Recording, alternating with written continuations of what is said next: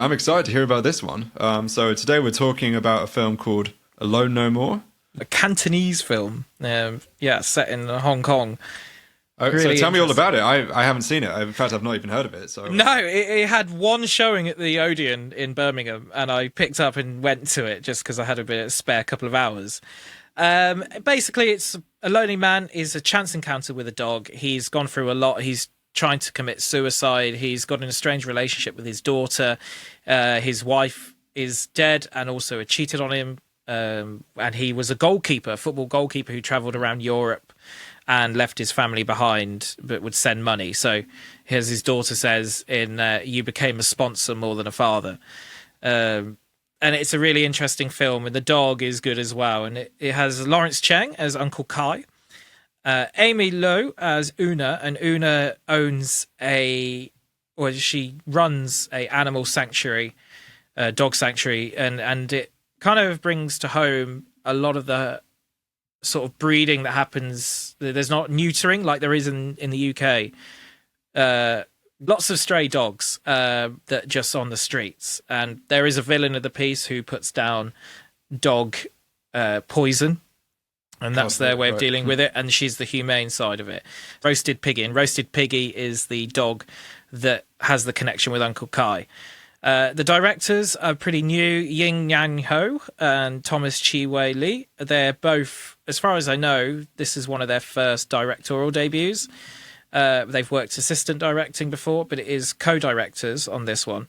And really, it explores the human relationships. It's juxtaposed with the idea of the animal relationship. So do we care more for our animals? Do we care more for our humans? Especially with dogs. And it is kind of a man's best friend, a love letter to dogs, although you will be forewarned in this one, there's dog death within it. It's quite horrific, in fact. The amount of dog death that is in it, but I think it brings to home a lot of the issue with stray dogs in Hong Kong and probably in China as well. I know when I was in Vietnam, there's a lot of strays. And it also has Una with an estranged relationship with her mother going on because she's quite young, and her fiance boyfriend who is moving the family business to Edinburgh. So he wants her to go with him to Edinburgh, and it's kind of the idea of, can you just leave everything you built up in your home country, everything that you know and love. And there's the regrets in life, a lot of regretful stuff that happens to him and how he deals with that, and depression and anxiety. It's really nice, neat, quite a lovely film, really. There's not much more to it, in fact. It's just a nice, straight story like that. And it kind of goes the way you reckon it would go in the end. It's just very neatly packaged in a nice hour and a half, 2-hour film. Would you say it was quite tough to watch with all the dog death, or that actually it's overall quite light and comedic? The dog death kind of happens, they tease it throughout, and then at the end, the finale is about like the person who puts the dog poison down and the real villain of the piece there, and that's when it's tragic and hurtful, and that's where a lot of the dog death happens. Before that, there's not much of it. Mm-hmm. It's just in the one particular ending scene. I would suggest cover your eyes for a good 5 minutes. 5 minutes, bloody hell! There's quite a lot. There is quite a lot. So it's overall, like the tone of the film is. It's like, quite joyful quite in a way. Yeah. It's a black comedy. It's I would put it in a sense a bit like Afterlife, like Ricky Gervais' Afterlife, with the suicide and the dog stopping the suicide.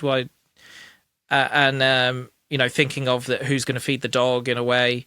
So there's a bit of that sort of, and it's a bit like A Man Named Otto as well. I reckon it's a bit like that too. It's all these kind of typical old man grumpy who opens his heart to a dog, and then what happens. And I think it is really that, and his connection in a platonic way to a younger woman, like as a surrogate daughter, while his own relationship with his actual daughter is falling by the wayside, and she's moving across to Canada, and has he got a good relationship with his granddaughter and a brother and his son-in-law. It's all of that stuff within it, and I think it's pretty obvious which way the film goes with all of that said. I don't think you need spoilers. I think it's quite a nice, neatly packaged film, and that's all there is really to it. But it's fun if you get the chance to see it. It's a good one. Sounds good.